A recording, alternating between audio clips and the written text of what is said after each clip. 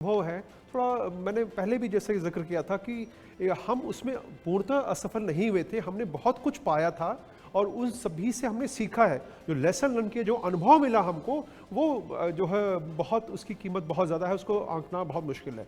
जहाँ तक बात है कि उसको सुरक्षित लैंड कराने का, ऑब्जेक्टिव नंबर 1 अभी हमारे इस मिशन का यही है कि सॉफ्ट लैंडिंग कैसे हो, और उसके लिए जो अभी 5:44 पर ऑटोमेटिक लैंडिंग सीक्वेंस अभी शुरू होगा, तो वो प्रक्रिया शुरू होगी, तब हम उसको देखेंगे कैसे कैसे बढ़ता है। लेकिन जो सावधानियां बरतने की आवश्यकता है वो ये है कि हम जो स्पीड हमारी रिक्वायरमेंट्स है, जो डिस्टेंस का रिक्वायरमेंट है, डिसेंट का रिक्वायरमेंट है, वो सब टाइमली हो, क्योंकि इसमें कैमरे लगे हुए देखेंगे कि स्पॉट कहाँ लैंड करेगा। अगर वो अनइवन स्पेस है तो वो वहाँ पर उसको जो लैंडिंग स्पॉट है साउथ पोल में वो शिफ्ट हो जाएगी। ध्यान रहे कि हम बात कर रहे हैं तूफान वगैरह की, टेम्परेचर लो है तो उम्मीद बहुत ही कम है कि धूल से बड़ा कोई गुबार उठेगा, लेकिन संभावनाओं जीरो नहीं कही जा सकती, थ्योरेटिकल प्रोबेबिलिटीज हैं, इसलिए उसका जिक्र किया जा रहा है।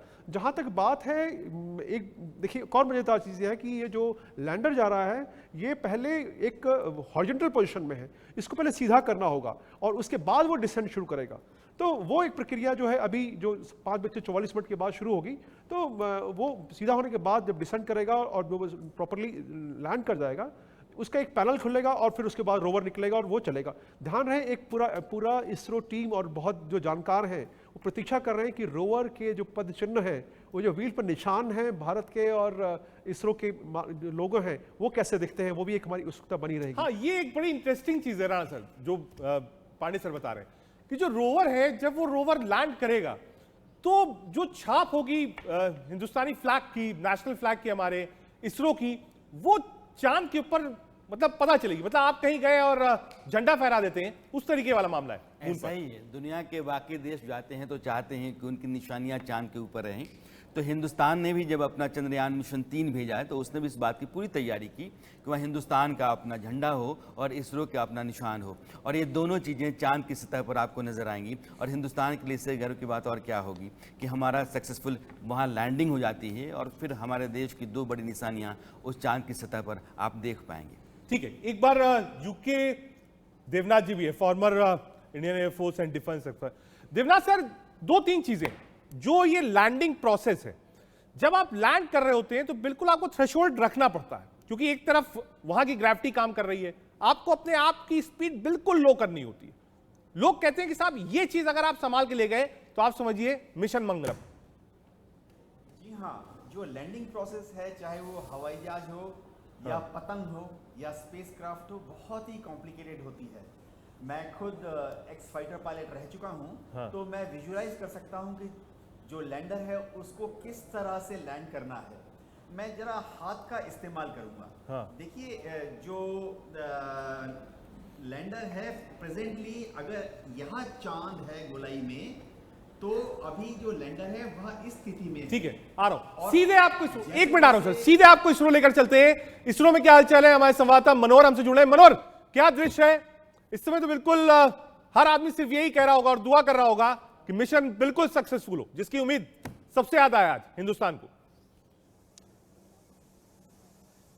देखिए, बिल्कुल रजत जी, अगर मैं बात करूं तो यहाँ काफ़ी ज़्यादा उत्साह है, लोगों में एनर्जी है, और मैं अभी उसी कमांड सेंटर में मौजूद हूं जहां सीधे विक्रम लैंडर से संपर्क साधा जाता है। और यहाँ से आप देखिए, ये पूरा कमांड सेंटर है, यहाँ मीडिया की एक गहमा गहमी है, मीडिया के काफ़ी लोग यहाँ पर मौजूद हैं और यहीं से स्क्रीनिंग की जाएगी, क्योंकि यहाँ से 50 मीटर के फासले पे ही जिस MOX की बात करते हैं, मिशन ऑपरेशन कॉम्प्लेक्स, वो यहीं पर मौजूद हैं। तमाम सैटेलाइट्स यहाँ पर लगे हुए हैं और जब लैंडिंग का प्रोसेस शुरू होगा, पावर डिसेंट की जब शुरुआत होगी, उसके बाद total automatic landing sequence Vikram को सौंप दिया जाएगा और उसके बाद विक्रम खुद आगे की ओर बढ़ता जाएगा। एक बार हम दर्शकों को फिर से बता दें कि 4 फेज में विक्रम अपना काम करेगा, उसके बाद सॉफ्ट लैंडिंग होगी। मैं आपको बता दूं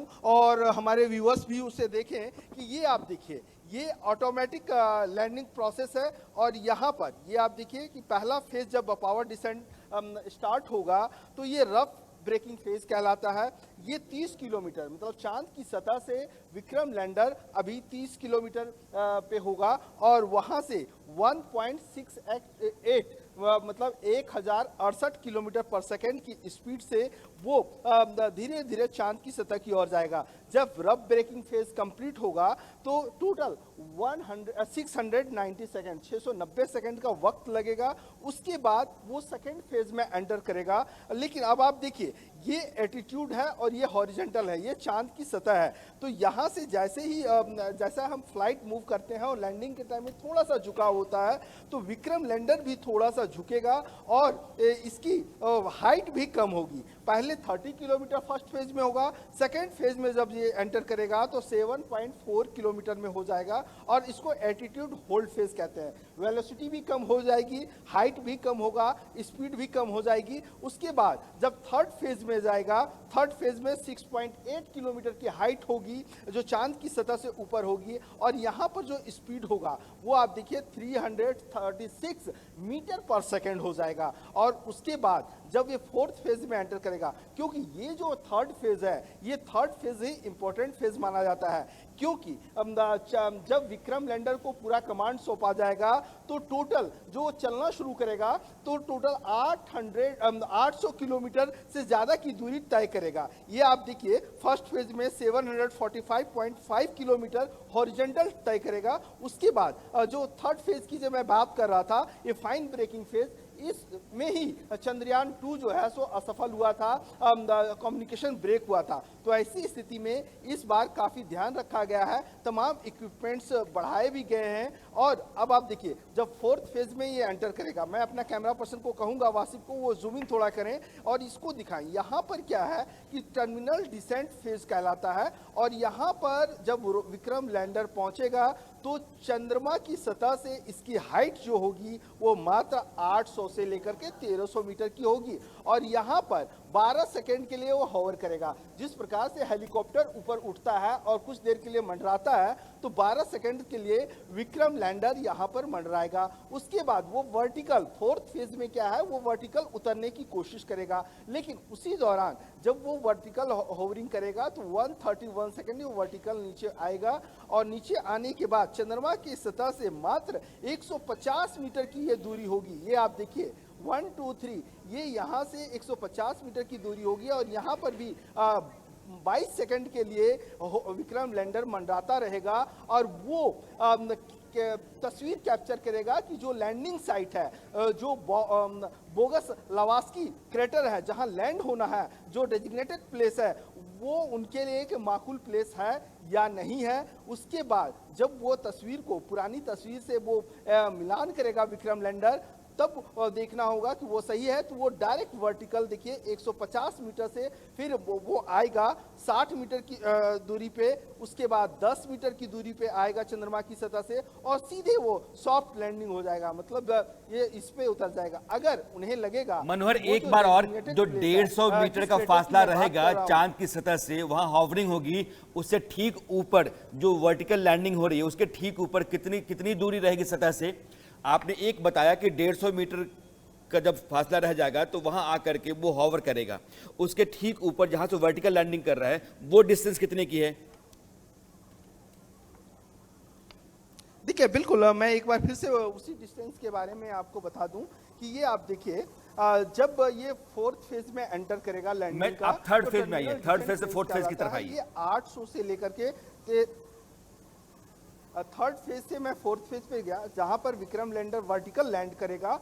तो उसमें जो डिस्टेंस है, जो चंद्रमा की सतह से ऊंचाई है, हाइट है, वो 800 से लेकर के 1300 मीटर की ऊंचाई पे है और जहां पर ये 12 सेकंड तक होवर करेगा और उसके बाद वो नीचे आएगा, उसमें उसको वक्त लगेगा 131 सेकंड का, जिसमें वो सीधे 150 मीटर की दूरी पे वो आकर के रुक जाएगा। फिर वो 22 सेकंड के लिए मंडराता रहेगा विक्रम लैंडर और उसके बाद वो वहाँ की तस्वीर लेगा, जिसको हम कहते हैं लैंडर पोजीशनिंग डिटेक्टिंग कैमरा। उससे तस्वीर लेने के बाद वो पुरानी तस्वीर से उसको मिलाएगा कि वो बोगस लावस्की क्रेटर से मिलान होता है, क्रेटर से या नहीं होता है। उसके बाद वो सीधे लैंड करेगा, लेकिन सीधे लैंड करने में भी 3 फेज हैं। अब आप देखिए जब 150 मीटर पर वो आकर के रुकेगा, तस्वीरें लेगा, उसके बाद उन्हें लगेगा कि हम लैंड कर सकते हैं तो एक जंप करेगा,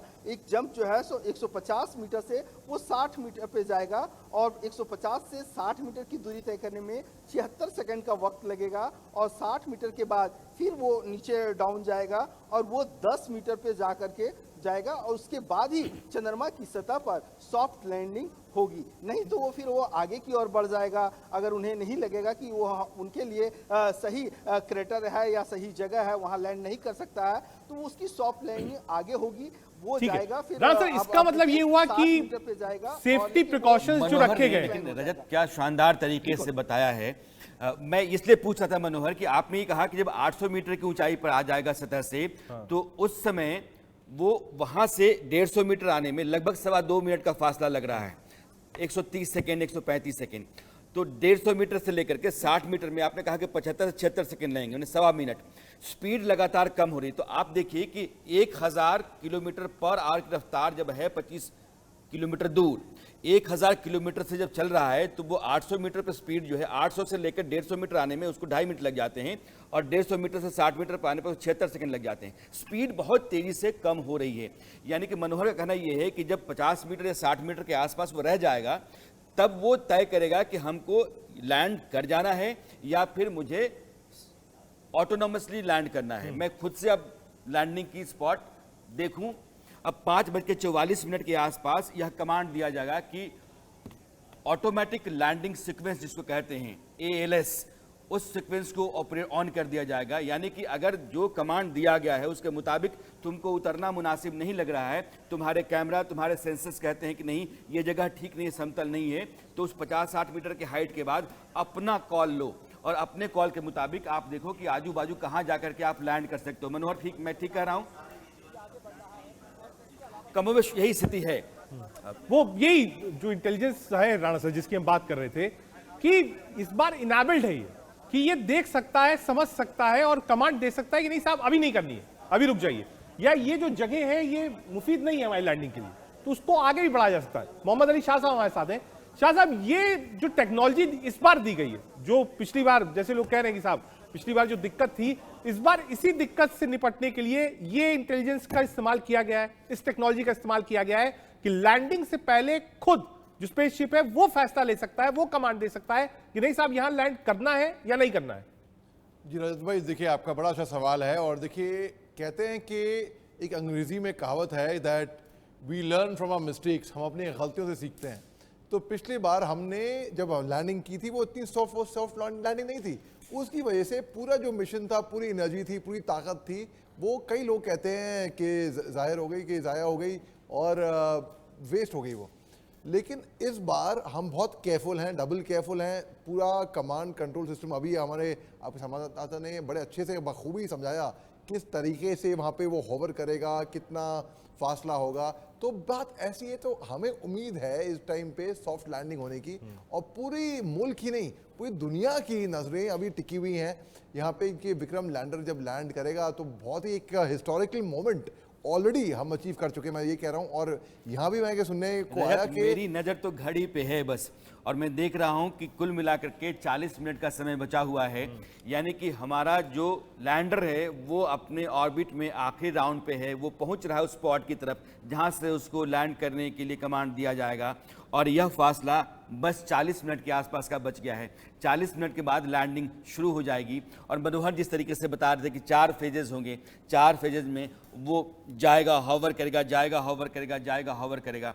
उसके बाद अगर लगता है कि जो कंट्रोल कमांड रूम से कहा गया है कि यहाँ लैंड कर जाना, यही स्पॉट है, वहाँ उसको लगता है कि नहीं यह सही जगह नहीं है, तो वो अपने से फैसला करेगा हमारा लैंडर की लैंड कहाँ करना है। लेकिन इस बार सॉफ्ट लैंडिंग की सारी तैयारी रख ली गई है। यह 615 करोड़ की लागत से गया हुआ है। दुनिया में अब तक का सबसे कम बजट का यह अभियान मान सकते हैं आप। इससे महंगी महंगी तो हॉलीवुड की फिल्में बन जाती हैं, और इतने कम बजट में एक बड़ा अभियान चांद के उस हिस्से पर जिस हिस्से पर दुनिया का कोई भी देश आज तक नहीं जा सका है। कुल मिलाकर के 3 ही देश कामयाबी से अपना अभियान पूरा कर सके हैं, एक रूस है, एक अमेरिका है, एक चीन है। वैसे अभियान 6 देशों के रहे हैं, जिसमें इजराइल भी है, जापान भी, यूरोपियन यूनियन भी है और हम आ गए हैं। लेकिन आज हिंदुस्तान जो है दुनिया का इकलौता ऐसा पहला देश होगा जो चांद के उस हिस्से पर उतारेगा जिसको दक्षिण ध्रुव का हिस्सा कहते हैं। और वहाँ बहुत सारी संभावनाएं हैं, बहुत सारी गुंजाइश है, दुनिया उसके बारे में जानना चाहती है। और वहाँ जो जानकारी मिलेगी बहुत मुमकिन है कि विज्ञान में और धरती की खातिर बहुत आगे संभावनाएं, गुंजाइश और प्रयोग करने के रास्ते निकले। ठीक है राणा सर, मुझे लगता है भारतवासियों की जो नजर है, मुझे लगता है थोड़ी दिन में वो लाइव स्ट्रीमिंग भी शुरू हो जाएगी जो हम आपको दिखाएंगे चंद्रयान की तरफ से, जो इसरो ने दिया लिंक। लेकिन सर भारत के साथ साथ चाहे वो अमेरिका हो, रूस हो, इस वक्त विश्व की निगाहें भारत पर है। वो भारत को किस तरीके से देख रहे हैं? क्योंकि ठीक है कई सारे मिशन हुआ आपने बताया, लेकिन साउथ पोल पर यह पहला मिशन है जो सक्सेसफुल होगा। 6:04। मैं रजत देखो, अभी रूस ने जो अपना मिशन भेजा था, मुझे लगता है कि रूस की कोशिश ये थी कि वो आप साउथ पोल पर जाकर के चांद के ऊपर अपना अभियान सक्सेसफुली पूरा कर लो, ताकि हिंदुस्तान के नाम यह सहरा नहीं जा पाए, हिंदुस्तान यह तमगा अपने नाम लेकर के नहीं जाए कि दुनिया का पहला देश जिसने चांद के दक्षिणी हिस्से पर अपने स्पेसक्राफ्ट को या अपने स्पेसशिप को उतारा है और वो क्रैश हो गया, लूना 25 जिसको कहते हैं। अब दुनिया का कोई भी देश या जो चांद का बीच का हिस्सा जिसको इक्वेटर कहते हैं उसके आजू बाजू ही साउथ में, नॉर्थ में वो उतार सके हैं। लेकिन जिसको लेकर के सबसे ज़्यादा रहस्य रहा है, जिसको लेकर के सबसे ज़्यादा प्रश्न रहे हैं, जो हिस्सा हमेशा शैडो में रहा है, जहां सूरज की रोशनी नहीं जाती है, जहां रात में तापमान 230 डिग्री सेल्सियस से नीचे चला जाता है, जहां सब कुछ जम जाता है, उस इलाके में पानी के होने की गुंजाइश हो सकती है। और पानी के होने की गुंजाइश अगर है और वह पता हिंदुस्तान के इस मिशन से लग जाता है तो इस दुनिया के लिए एक करिश्मा होगा। वह जो अब तक नहीं था हिंदुस्तान के जरिए सामने आ गया। फिर स्पेस मिशन पर आगे जाने के लिए आप चांद को एक अगले स्टेशन के तौर पर इस्तेमाल कर सकते हैं। ठीक है, डीके पांडे सर है हमारे साथ। पांडे सर, आगे विक्रम का क्या क्या काम होगा? 5 बड़े काम जो विक्रम करके देगा हिंदुस्तान को। देखिए बहुत ही महत्वपूर्ण बात है, जैसे मैंने कहा था कि विक्रम वेताल की कहानी अगर ध्यान हो तो विक्रम का रोल वही है कि वेताल को ले जाना, और वेताल कौन है? वो रोवर है। तो खैर ये तो रहा एक हल्के अंदाज में बात को समझाने का प्रयास। लेकिन जहां तक बात है विक्रम साराभाई लैंड जो कर हमारे स्पेस साइंस के जनक माने जाते हैं, उनके नाम से जी बिल्कुल विक्रम साराभाई के नाम से ही बनाया गया है, बिल्कुल सही बात है। लेकिन ये मैं इनका एक हल्का तरीका बताने का। खैर जब पहला काम जब ये लैंड करेगा, मैं एक और चीज़ बता दूं जो मनोज भाई ने प्रयास किया है कि ये जो पहली जो फेज़ 1 है जिसकी बात वो कर रहे थे, रफ ब्रेकिंग फेज, उसमें हाइट होगी 30 किलोमीटर्स। हम मेरे ख्याल से इसको 3 अगर डायमेंशन में समझें तो आसान होगा और सहज हो जाएगा हमारे लिए और दर्शकों के लिए भी। फेज 1 में हाइट है 30 किलोमीटर्स। अब ये जब दूसरे फेज में आएगा यानी कि ऑल्टीट्यूड होल्ड, यानी कि ऑल्टीट्यूड होल्ड हो रहा है उस समय, और वो लगभग 10 सेकंड का होगा। उस बीच में उसको बदलना है हॉरिजॉन्टल से वर्टिकल पोजीशन में, जिसमें कि सीधा उसको लैंड करना है। ये कहां बदलेगा? ये कहां बदलेगा? ये बदलेगा ऑल्टीट्यूड होल्डिंग फेज में, यानी कि नंबर 2 पे। उस समय नंबर 2 पे हम उसमें उसकी हाइट होगी 7.42 किलोमीटर्स। मतलब वो वर्टिकल से हॉरिजॉन्टल डिसेंड मूवमेंट में आ जाएगा, डिसेंड करेगा। और जब हम थर्ड फेज में जाएंगे उस समय हाइट जो है 7.42 होगी, और थर्ड फेज में स्पीड जैसा कि मैंने पहले भी जिक्र किया था 0 के आसपास, यानी कि मुश्किल से 2 या 3 किलोमीटर प्रति सेकंड के हिसाब से होगी। और जो उसकी ऊंचाई होगी वो लगभग 0.8 किलोमीटर यानी कि लगभग 800 मीटर की आसपास होगी। तो ये रहा जो इसका पूरा हाइट और डिस्टेंस के मामले में जो जहाँ तक बात है। अब बात हो रही है कि विक्रम वहाँ लैंड करेगा और उसके बाद उसका एक पैनल खुलेगा। पैनल खुलने के बाद उसमें से रोवर निकलेगा। रोवर जब निकलेगा वो ये इतना आसान भी नहीं होगा, वो लगभग मेरे ख्याल से 2 घंटे का समय लेगा ये पैनल खुलने में। और उसके बाद जो है वो रोवर उसमें निकल के और वो जाएगा, जो उसका जो प्रोग्राम किया गया है उस हिसाब से वो करेगा। साथ में ध्यान रहे कि कंट्रोल जो है, कमांड सेंटर की तस्वीरें भी आ रही हैं। जी आप बोलते रहिए। जी जो देखा जाएगा ये कि कुछ इस बीच में कुछ देर के लिए कमांड कंट्रोल के साथ इनका संपर्क नहीं हो पाता। उस समय जो प्रोग्राम किया होता है उसके हिसाब से वो सिस्टम काम करेगा।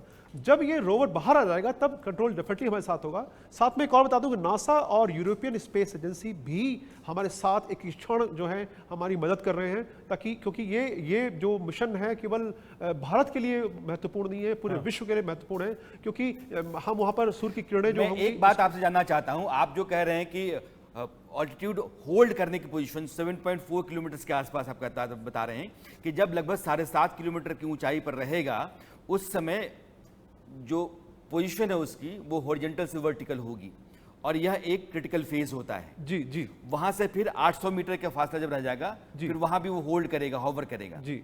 और फिर वहाँ 60 पर- मीटर वहां पर होल्ड करने के बाद दिखेगा कि जो स्पॉट है वो सही है कि नहीं, जी। क्योंकि वहां का अनविज स्पॉट होने की संभावना है। जैसा कि जो मुझे जहां तक ध्यान है, चंद्रयान 2 के समय जब लैंडिंग हो रही थी तब वो जो सरफेस था वो अनइवन था और स्मूथ ही था। एक और महत्वपूर्ण मैं डेटा देना चाहूंगा कि जो लैंडिंग सक्सेस रेट है वो जहां तक मुझे ख्याल है वो 12 से 17% के बीच में ही है। और अभी पिछले अप्रैल में इसी वर्ष ही जो है जापान के साथ एक की जो प्राइवेट एजेंसी ने प्रयास किया था वो असफल रहा। इजराइल की एजेंसी ने 2019 में प्रयास किया था वो असफल रहा। और लूनो 25 के बारे में हम जान चुके हैं कि उनके अर्जुन rocket- गुलिया साहब, मैं समझ गया ये जिस बात का जिक्र कर रहे हैं। दो चीजें हैं, चांद पर मिशन को ले जा करके आपको दो पोल्स अपार्ट अलग अलग चीजें आपको दिखाई पड़ेंगी। एक चीन है, 2013 से लेकर के 2022 के बीच में उसने 3 मिशन भेजे और तीनों कामयाब रहे। और पिछले 4 साल में हिंदुस्तान, रूस, इजराइल, जापान, इन 4 देशों ने अपने 4 अभियान भेजे, चारों नाकाम रहे। आखिर ऐसा क्यों है? देखिए संभावनाएं, जैसे मैंने कहा कि हमारे अर्जुन गुलिया। हर एक मिशन से हम लेसन सीखते हैं। जैसे ये मिशन सक्सेसफुल होता है तो आने वाले कई जो मिशंस होंगे उनकी ये मेरा सवाल अर्जुन गुलिया साहब से था। हाँ जी, तो सर मैं देखिए इंडिया का जो मिशन है उसकी खास बात ये है कि वो साउथ पोल पे गया है। तो जो चाइना के जितने ही मिशन गए हैं वो सारे के सारे मिशंस आपके इक्वेटर पर इक्वेटर के पास गए हैं। इक्वेटर के पास लैंड करना कंपैरेटिवली बहुत ज़्यादा आसान है। आसान क्यों है? क्योंकि वो चीज़ पिछले हम 50 साल से हम करते आ रहे हैं और जो पोल पे लैंड करना वो बहुत ही टफ है क्योंकि वहाँ का सरफेस ऐसा है। इक्वेटर का सरफेस कंपैरेटिवली प्लेन है और जो आपका पोल्स का सरफेस है वो बहुत ही ज़्यादा क्रेटर से भरा हुआ है। तो पोल पे जिसने भी अब तक कोशिश की है जाने की वो सब नाकाम रहे हैं। इक्वेटर पे तो यूएसए भी 50 साल पहले जा चुका है। ठीक है अर्जुन गुलिया जी, ये साउथ पोल महत्वपूर्ण क्यों है देखिए और सर, हमने क्यों चुना साउथ पोल? जी देखिए, क्योंकि चंद्रयान 1 जो ये हमारा जो मिशन है चंद्रयान 3 है। चंद्रयान 1 ने चांद के ऊपर पानी खोजा था। पानी उन्होंने पूरे चांद के ऊपर नहीं खोजा था, उसके एक बहुत ही स्पेशल हिस्से पे खोजा था जो कि आपका साउथ पोल है। तो जब साउथ पोल पे जब हमने पानी खोजा है तो वो ऐसा नहीं है कि वहाँ पे पानी एज ए लिक्विड फॉर्म में मौजूद है। वहाँ का जो मिनरल है उस मिनरल में ही पानी के कुछ कण मौजूद हैं।